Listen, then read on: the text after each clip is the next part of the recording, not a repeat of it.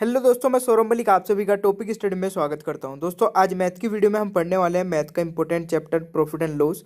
जैसे आप सभी को पता है, मैं डेली एक चैप्टर कवर करा रहा हूं आपका मैथ का, रीजनिंग का, और ऑनलाइन टेस्ट चलता है रात को। तो ये सभी वीडियोज़ आपको मिलती रहेगी। और आज इस वीडियो में हम डिस्कस करने वाले 10 ऐसे पर्सन जो कि हमेशा पूछे जाते हैं एग्जाम में और उनमें प्रॉब्लम रहती है, मतलब कॉन्सेप्ट क्लियर नहीं होता है, ट्रिक नहीं पता है। तो वो सब कुछ डिस्कस करूंगा मैं आज इस वीडियो में। बस आप इस वीडियो को पूरा एंड तक देख लीजिएगा, कभी प्रॉब्लम नहीं आएगी उन सभी क्वेश्चंस में जो एग्जाम में पूछे जाते हैं। हो सके तो शेयर करिएगा अपने सभी दोस्तों को, और वीडियो पसंद आए तो लाइक करना बिल्कुल मत भूलिएगा। आगे इसी तरीके की वीडियोस लेने के लिए बेल आइकन को ऑन कर लीजिएगा चैनल को सब्सक्राइब करने के बाद।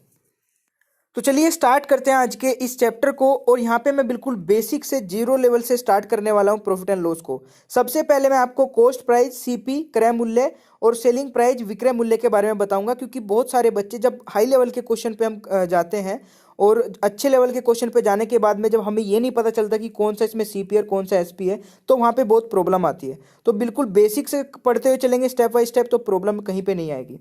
मैंने लिखा है यहाँ पे सीपी क्रय मूल्य। देखिए, सबसे पहले तो ये चीज़ क्लियर होगी कि सीपी को ही क्रय मूल्य बोला जाता है। और राम ने 10,000 रुपये में मोबाइल खरीदा, यानी कि जितने रुपए में राम ने मोबाइल को खरीदा वो क्या है, सीपी है, वो क्रय मूल्य है। ठीक है। सेलिंग प्राइस क्या होती है, राम ने 12,000 रुपये में मोबाइल बेच दिया, एक तो ये सीपी है, और राम ने 8,000 रुपये में बेच दिया, सॉरी सेलिंग प्राइस है, एसपी है। 8,000 रुपये में मोबाइल बेच दिया तो ये सेलिंग प्राइस है। दो सेलिंग प्राइस का मतलब क्या है, राम ने एक बार तो इस मोबाइल को प्रॉफिट पे बेचा है 2,000 के, और एक बार बेचा है लॉस पे। तो इस कंडीशन में आप समझ गए होंगे कि सेलिंग प्राइस आपकी दो हो सकती है। ठीक है, एक आपकी प्रॉफिट वाली, एक लॉस वाली। अब यहाँ पे हमें क्या पता चलता है कि जब हमारा प्रॉफिट होगा तो सेलिंग प्राइस बड़ी होगी, कॉस्ट प्राइस से सेलिंग प्राइस आपकी बड़ी होगी। और जब हमारा लॉस होगा तो हमारी सीपी से सेलिंग प्राइस छोटी होगी। तो इस चीज को यहाँ पे दिमाग में रखिएगा। जैसे मैंने यहाँ पे बता भी दिया आपको, जब प्रॉफिट होगा तो जो 12,000 रुपये में मोबाइल बेचा है, 10,000 का मोबाइल, तो हमारी सीपी बड़ी है तो हमारा प्रॉफिट हुआ है। और जब लॉस होगा तो हमारा कॉस्ट प्राइस जो है वो बड़ा होगा और सेलिंग प्राइस छोटा होगा। तो यहाँ पे एक चीज और मैं आपको बता देता हूं। देखिए, जब भी आपका प्रॉफिट हो चाहे लॉस हो, तो नीचे जो रखा जाएगा, बेस में रखा जाता है। जब पूछा जाता है कि प्रॉफिट परसेंटेज बताइए, लॉस परसेंटेज बताइए बताइए, क्वेश्चन में पूछा जाता है, तो नीचे हमेशा सीपी आता है, कॉस्ट प्राइस आता है, क्रय मूल्य आता है। ठीक है। अब एक बार तो सीपी आपका बड़ा है और एक बार छोटा है। अब छोटा जब होता है जब प्रॉफिट होता है, तो जब भी प्रॉफिट होगा तो नीचे छोटे वाली अमाउंट आएगी, नीचे छोटे वाली जब भी प्रॉफिट होगा। और जब भी लॉस होगा तो नीचे बड़े वाली अमाउंट आएगी। है दोनों बार सीपी, बट इस कंडीशन को समझ लीजिए, क्योंकि कई बार आप कंफ्यूज रहते हैं कि अब नीचे कौन सी आएगी। तो छोटे बड़े से भी आप समझ सकते हैं कि जब प्रॉफिट होता है तो नीचे छोटा, प्रॉफिट के टाइम पे नीचे छोटा, और लॉस के टाइम पे नीचे बड़ा आएगा। वो मैं आपको धीरे धीरे क्वेश्चन में बताऊंगा। इसका मतलब आपको तब समझ में आएगा जब मैं क्वेश्चन कराऊंगा। ठीक है। चलिए अब एक बेसिक से क्वेश्चन पे चलते हैं। यहाँ पे लिखा है ratio of CP and SP, यानी कि कॉस्ट प्राइस और सेलिंग प्राइस, क्रय मूल्य और विक्रय मूल्य का रेशियो दे रखा है 5 और 4। हानि प्रतिशत बताओ। यहाँ आप समझ गए, कॉस्ट प्राइस यानी कि राम ने जितने में खरीदा था, 5 में खरीदा था यानी कि कॉस्ट प्राइस, और 4 में बेच दिया, तो कितने का लॉस हुआ, 1 का। यहाँ पे 1 का लॉस हो रहा है। और मैंने क्या बताया था अभी आपको, लॉस के टाइम पे नीचे कौन सा आता है, बड़े वाला। तो इन दोनों में बड़ा कौन सा है, सीपी। तो मैंने बताया था आएगा नीचे सीपी, बट आपको ये भी पता होना चाहिए कि बड़े वाला आता है, क्योंकि कई बार यही समझ में नहीं आता कि नीचे अब रखे कौन सा। तो आप समझ जाइए कि नीचे बड़े वाला आएगा। जब लॉस होगा तो 1/5 गुना 100 कर दीजिए, 20% का लॉस आपका राइट आंसर आ गया। ये तो बेसिक सा क्वेश्चन है। ठीक है, धीरे धीरे लेवल को बढ़ाते हुए चलेंगे। आपका नेक्स्ट क्वेश्चन है क्वेश्चन नंबर 2। किसी रेडियो को 25% हानि पर बेचने से 510 रुपये प्राप्त होते हैं, तो बताओ 25% लाभ प्राप्त करने के लिए उसे कितने में बेचना चाहिए। तो यहाँ पे जब भी किसी वस्तु को हानि पे बेचा जाता है, तो आपको क्या करना है, 100 माइनस जितनी हानि पे 25, तो 25 माइनस कर दीजिए, यानी कि उसे 75% पे बेचा गया। अगर किसी वस्तु को प्रॉफिट पे बेचा जा रहा है, लाभ पे बेचा जा रहा है, मान लीजिए 25% के लाभ पर बेचा जाता, तो 100 प्लस 25 करते, तो वो 125% की वैल्यू पर बेचा गया था। तो यहाँ पे क्या हुआ है कि रेडियो को 25% हानि पर बेचा गया और 510 रुपये मुझे प्राप्त हुए। तो जो मेरी सीपी थी, क्रय प्राइस था, क्रय मूल्य था, वो 100% होगा, बट जब मैंने उसको बेचा तो मुझे मिले 25% हानि के प्राइस, यानी कि 75% मिले सिर्फ मेरे को, क्योंकि 25% की मुझे हानि हुई है और जो उसके प्राइस थे 25% हानि के वो 510 रुपये थे। यानी कि आपको मिला 75% की वैल्यू। 100 में से 75% की वैल्यू के इक्वल क्या है, 510 रुपये। आपको निकालना क्या है, तो बताओ 25% प्रतिशत लाभ प्राप्त करने के लिए उसे कितने में बेचा जाना चाहिए। तो यानी कि जब मैं उस 25% उस पर लाभ कमाऊंगा तो मैं उसे कितने में बेचूंगा, 100 प्लस 25 में, तो 125 में मैं उसको बेचूंगा। तो आपको क्या करना है, 75% की वैल्यू आपको पता है, तो 510 को 75 से भाग कर दीजिए और 125 से गुणा कर दीजिए। तो कितनी बार जाएगा, 25 पंजे 125 और 25 दिया 75 और 3 से जाएगा 510, 170 बार, 170 की 5 में कर देंगे तो 850। तो अगर मैं इस वस्तु को 850 में बेचता हूं तो मुझे 125 यानी कि 25% का प्रॉफिट होगा। ठीक है, तो ये 850 125% की वैल्यू हो जाएगी। समझ गए। जब मैं इसको 75% पे बेचता हूं तो 510 मिलते हैं, और जब मैं इसको 125 पे बेचता हूं यानी कि 25% लाभ पे बेचता हूं तो 850 रुपये मुझे मिलते हैं। समझ गए, कॉन्सेप्ट क्लियर है, कोई प्रॉब्लम नहीं है। इस टाइप का क्वेश्चन आपके एग्जाम में आ सकता है। चलिए नेक्स्ट क्वेश्चन एक और देख लेते हैं इसी तरीके का, ताकि डाउट ना रहे बिल्कुल भी। एक साइकिल को 2850 रुपये में बेचने से एक दुकानदार को 14%, यहाँ पे 14% लिखा है, का लाभ होता है। यदि लाभ कम करके 8% रखा जाए तो विक्रय मूल्य होगा। उसका हमें सेलिंग प्राइस बताना है 8% के प्रॉफिट का। मैंने फिर बताया आपको कि हमारी कॉस्ट प्राइस कितनी होती है, 100% होती है, और उस पे यहाँ पे 2850 रुपये में बेचने पर 14% का लाभ हो रहा है। इसका मतलब क्या है कि 114% पे बेचा होगा मैंने। जब 14% का लाभ हुआ, 100 प्लस 14 कर लेंगे तो 114% पे बेचा होगा, यानी कि 114% की वैल्यू मुझे पता है 2850 है। तो 2850 114% की वैल्यू है, तो मुझे चाहिए कितना, 8% का लाभ चाहिए बस। यदि लाभ कम करके 8% रखा जाए, अगर मुझे 8% ही लाभ कमाना है तो इसका मतलब मैं 108% पर बेचूंगा, और 114% की वैल्यू को मैं डिवाइड करूंगा 114 से, 2850 को 114 से भाग कर दूंगा, और केवल मुझे चाहिए 8% प्रॉफिट, यानी कि 108 से मल्टीप्लाई कर दूंगा। तो ये कितनी बार जाएगा भाई, 2850 जाएगा 114 से 25 बार, और 25 की 108 में करेंगे तो 2700 आपका राइट आंसर आ जाएगा। दोस्तों मुझे साथ ही साथ ये बताते रहिएगा कि आपको क्वेश्चन समझ में आ रहे हैं। अगर वीडियो पसंद आ रही होगी, समझ में आ रहे होंगे, तो लाइक का बटन दबाइएगा, ताकि मैं ये देख सकूं कि कितने बच्चों को यहाँ पे समझ में अच्छे तरीके से आ गया, आंसर आ गया। ठीक है, चलिए फिर नेक्स्ट क्वेश्चन पे चलते हैं। क्वेश्चन नंबर 4 है। देखिए क्वेश्चन ये बिल्कुल भी हार्ड नहीं है, बट यहाँ पे कंफ्यूजन रहता है, वो मैं क्लियर कर देता हूँ क्वेश्चन नंबर 4 का। अभी जब वीडियो का आप पूरा एंड तक देखेंगे ना, कुछ क्वेश्चन इतने इंटरेस्टिंग और इतने इंपॉर्टेंट है कि मजा आ जाएगा, कि आप बोलेंगे कि हाँ यार ये क्वेश्चन में मेरे को प्रॉब्लम रहती थी, और उसके बाद नहीं रहेगी। ठीक है, क्वेश्चन नंबर 4 है, विकास ने 12,000 रुपये का सामान खरीदा, उसे दुकान तक लाने में 2,000 रुपये का अतिरिक्त खर्च पड़ा। यदि कुल सामानों की संख्या 700 है, उसे विकास ने 23 रुपये प्रति सामान की दर से बेच दिया, तो उसे कितना लाभ हुआ। अब यहाँ पे थोड़ा ध्यान से देखिए, विकास ने 12,000 रुपये का सामान खरीदा, सीपी उसकी क्या बनेगी, 12,000 रुपये का सामान खरीदा, 2 रुपये उसे अतिरिक्त खर्च पड़ा है उसे दुकान तक लाने में, तो 2,000 रुपये वो भी ऐड कर देंगे। भाई कॉस्ट प्राइस क्या होती है, हमारी लागत। जब किसी सामान को हमने खरीदा और उसमें एक्स्ट्रा भी खर्चे हो रहे हैं तो वो भी तो उसकी लागत ही हुई ना, तो 2,000 वो भी इसमें प्लस कर देंगे। यहाँ पे ये वाली गलती बहुत सारे बच्चे कर जाते हैं, इसको ऐड नहीं करते हैं। तो उसका जो सीपी बन गया वो कितना बन गया, 14,000, 14,000 रुपये का उसका कॉस्ट प्राइस बन गया। अब यहाँ पे बोला जा रहा है कि जो उसने टोटल सामान है वो 700 है, अगर उसने 700 सामानों को 23 रुपये प्रति सामान के हिसाब से बेच दिया तो कितने के हो गए, ये हो गए 16,100 रुपये के।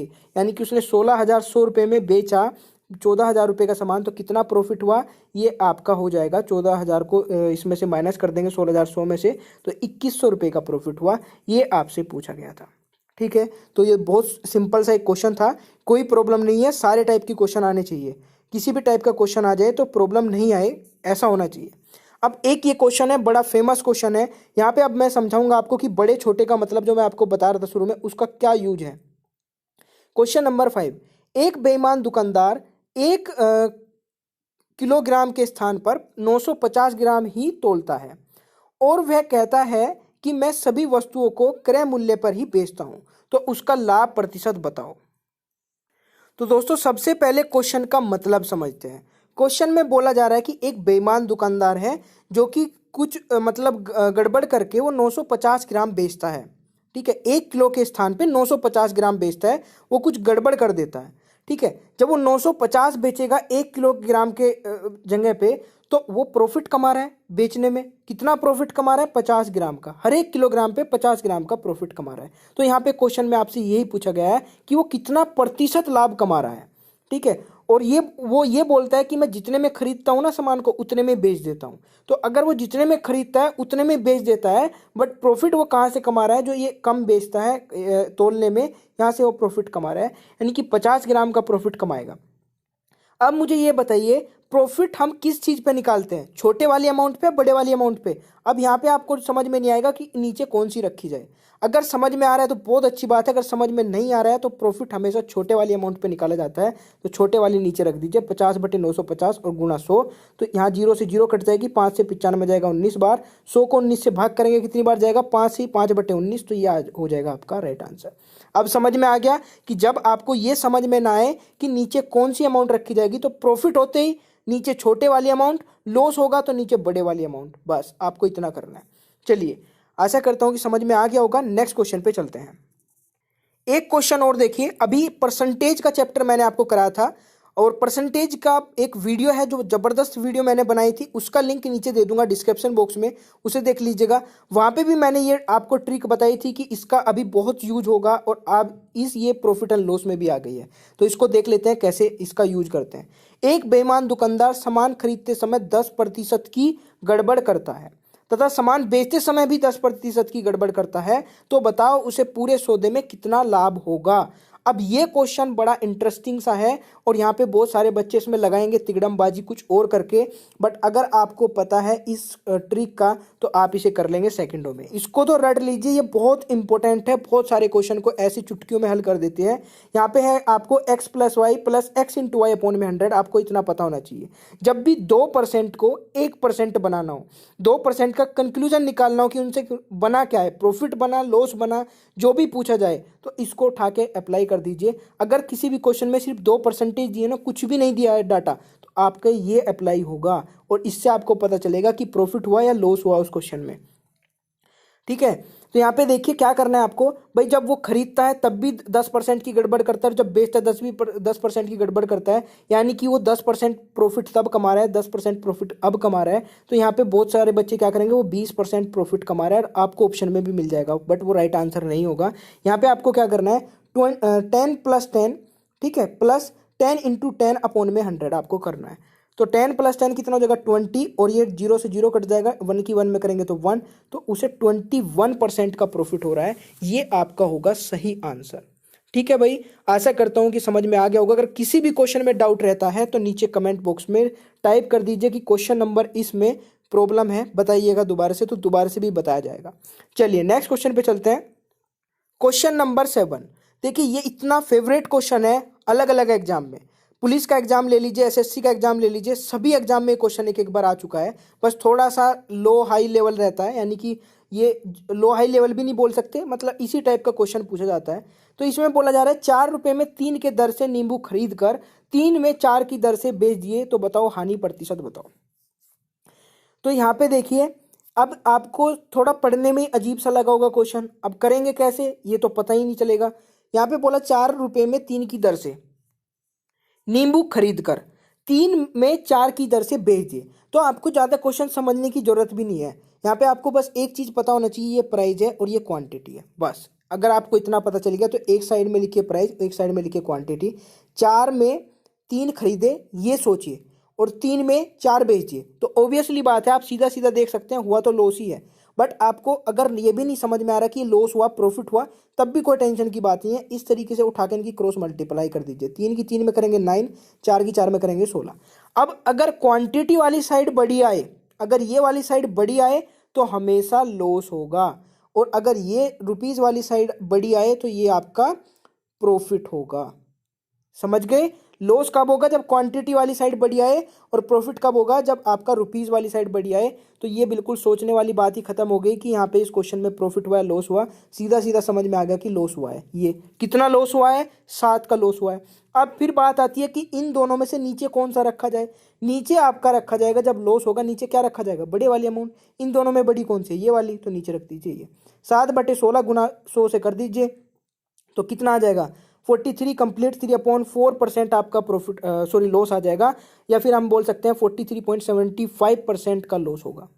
अब ये बताइए कैसा मतलब क्वेश्चन लगा आपको ये सोल्व करने के बाद में। और इसी टाइप का एक क्वेश्चन मैं आपको देता हूँ घर के लिए, तो ट्राई करके देखिए, आंसर दीजिए कमेंट बॉक्स में। मैं जरूर देखूंगा कि कितने बच्चों ने आंसर दिया, ताकि मुझे पता चलेगी कि जो मैंने ट्रिक आपको सिखाई वो आपको समझ में कितनी आई है। तो ये वाला क्वेश्चन जल्दी से ट्राई करिए और राइट आंसर कमेंट बॉक्स में बताइएगा। चलिए, अगर नहीं होगा वो भी बताइएगा, मैं नेक्स्ट वीडियो में कवर करूंगा। क्वेश्चन नंबर 8 पे आते हैं। एक बहुत अच्छा क्वेश्चन है क्वेश्चन नंबर 8 भी। एक वस्तु को किसी मूल्य पर बेचने पर एक व्यक्ति को 20% का लाभ होता है। यदि वह उसे दोगुने मूल्य पर बेचे तो कितना प्रतिशत लाभ होगा। अब यहाँ पे जब किसी वस्तु को किसी मूल्य पर बेचने पर एक व्यक्ति को 20% का लाभ होता है, यदि वह उसे दुगने मूल्य पर बेचे तो कितना प्रतिशत लाभ होगा। मैंने माना उसका क्रय प्राइस जो सीपी है वो 100 है। अब जब उसे 20% का लाभ होगा उसे बेचने पर, तो सेलिंग प्राइस कितना हो जाएगा, 120 हो जाएगा। भाई समझे आप इसको, कॉस्ट प्राइस उसका 100 है तो सेलिंग प्राइस कितना हो जाएगा, 120। ये क्वेश्चन तो हो गया आपका यहां तक। अब यदि के बाद क्या बोला जा रहा है, यदि वह उसे दोगुने मूल्य पर बेचे, दोगुने मूल्य यानी कि न्यू सेलिंग प्राइस कितना हो जाएगा, इसका डबल कर दीजिए, 120 का डबल कितना होगा, 240। तो अगर वो उसे 240 पर बेचे तो कितना प्रतिशत लाभ होगा। भाई कॉस्ट प्राइस तो अभी भी हमारी 100 ही है, ठीक है, और न्यू प्राइस हमारा जो बन गया सेलिंग प्राइस वो कितना बन गया, 240। तो ये डिफरेंस कितने का आया, 140 का। तो यहाँ पे इससे निकाल लेंगे लाभ, तो 140 को 100 से भाग करेंगे और गुणा कर देंगे 100 से, क्योंकि परसेंटेज पूछी गई है तो 100 से 100 कट जाएगा। 140% का आपको लाभ हो गया, ठीक है, प्रॉफिट, ठीक है। तो प्रॉफिट कितने का हुआ है, 140%। अब बताइए क्या समझ में नहीं आया क्वेश्चन, अगर समझ में आया तो बताइएगा भाई कमेंट बॉक्स में। चलिए क्वेश्चन नंबर 9 पे आ जाते हैं। 9 भी बहुत अच्छा क्वेश्चन है, ये कैसे यार ब्लर सा हो गया। चलिए क्वेश्चन नंबर 9 में पढ़ के बताता हूँ, समझ में तो आ रहा होगा। किसी व्यक्ति ने एक कुर्सी 10% लाभ पर बेची, किसी व्यक्ति ने एक कुर्सी 10% लाभ पर बेची, यदि वह 20% कम पर खरीदे तथा 10 रुपये अधिक पे बेचता तो उसे 40% लाभ होता। कुर्सी का क्रय मूल्य ज्ञात कीजिए। बहुत इंटरेस्टिंग क्वेश्चन है, सेकंडों में होगा, समझिएगा एक एक लाइन को। भाई किसी व्यक्ति ने कुर्सी 10% लाभ पर बेची, यानी कि कुर्सी का जो सीपी होगा, क्रय प्राइस होगा, उसने 100 में खरीदी होगी, 110 में बेच दी 10% लाभ पर। ये तो हो गया आपका क्वेश्चन, कहाँ तक, यहाँ तक हो गया, यहाँ तक, ठीक है। वह उससे 20% कम में खरीदे, यदि वह उसे, देखिए यहाँ पे, यदि वह उसे 20% कम में खरीदे, 20% कम में यानी कि 80 में अगर वो खरीदे और 10 रुपये अधिक रखकर 40% का लाभ कमाए, यानी कि उसके 10 रुपये बढ़ा के 40% का लाभ कमाए। अब जब वो 80 रुपये में उसे बेचेगा तो अब मैं 80 पे तो 40% का लाभ कमाऊंगा। जब मैं उसे 80 में खरीदूंगा, सॉरी, तो उस पर जो 40% का लाभ मेरे को कमाना है वो 80 पे तो कमाना है। मैं उसमें 20% कम में खरीद रहा हूँ, 80 रुपये में खरीद रहा हूँ मान लीजिए। अब उस पर 40% का लाभ मैं 80 पे तो कमाऊंगा, तो 80 पे 40% का लाभ कमाने के लिए 100 से भाग करूंगा, 140 से मल्टीप्लाई कर दूंगा, समझ गया। तो यहाँ पे 112 रुपये में उसे बेच रहा हूँ मैं, यानी कि 112% में, सॉरी। जब मैं उसे 100% में खरीद के 110% में बेचता था तो 10% का लाभ होता था। जब मैं उसे 80 में खरीद के 112%, 80% में खरीद के 112% में बेचता हूं तो मुझे कितना, 40% का प्रॉफिट होता है। 80% में खरीदा, 112% में बेचा, 40% का प्रॉफिट हुआ। अब यहाँ पे क्या बताया जा रहा था कि ये जो इनके बीच का डिफरेंस कितना है, यहाँ से 110% था, 112 हो गया, यानी कि वो उसे यहाँ पे 2% का इंक्रीमेंट हुआ है। और ये किसकी वजह से हुआ है, ये जो 10 रुपये बढ़े हैं यहाँ पे, ये जो 10 रुपये बढ़े हैं ये इसकी वजह से हुआ है। तो 2% के बराबर 10 है आपका, तो 100% के इक्वल क्या हो जाएगा, तो 2% के इक्वल ये है, 100% के इक्वल हो जाएगा आपका 10 को 2 से भाग कर देंगे और मल्टीप्लाई 100 से कर देंगे, तो 500 आपका राइट आंसर हो जाएगा। भाई समझ में आया ना। मैं जल्दी से एक बार और बता देता हूँ, क्योंकि थोड़ा सा मुझे लग रहा है कि कहीं ना कहीं कोई पॉइंट रह गया है जो दोबारा से डिस्कस कर लेना चाहिए। सीपी था 100, 110 रुपये में उसे 110% पे उसे बेच दिया। जब वो 10% का लाभ कमाता है तो 100% की चीज को 110 में बेच देता है, 10% का लाभ हो जाता है। वो बोल रहा है कि इस क्वेश्चन में यदि वह 20% कम में खरीदे, 100% की बजाय वो 80% में खरीदे और उसे 10 रुपये अधिक रख के 40% का लाभ कमा ले, यानी कि अब मैं 80 पे ही तो 40% का लाभ कमाऊंगा, तो 80 को 100 से भाग करूंगा, 40% का लाभ कमाने के लिए 140 से मल्टीप्लाई कर दूंगा, यानी कि 112% में मैं उसको बेचता हूँ। 10 से बढ़ के 112 में बेच रहा हूँ, 2% का इंक्रीमेंट हो गया। 2% के इक्वल क्या हो जाएगा, 10 हो जाएगा, क्योंकि यहाँ पे 10 का इंक्रीमेंट हुआ था, 10 अधिक रखते हैं। तो 2% के इक्वल अगर 10 है तो 100% की वैल्यू आप इजीली निकाल लेंगे, तो इसलिए 500 आपका राइट आंसर हो जाएगा। अब क्वेश्चन नंबर 10 लास्ट क्वेश्चन है आज की वीडियो का, और लास्ट में एक क्वेश्चन मैं आपसे पूछूंगा, उसका आंसर देखते हैं कितने बच्चे यहाँ पे दे पाते हैं। क्वेश्चन नंबर 10 है, किसी वस्तु को 56 रुपए में बेचने पर उतना ही प्रतिशत लाभ होता है जितना वस्तु का क्रय मूल्य है। वस्तु का क्रय मूल्य क्या है?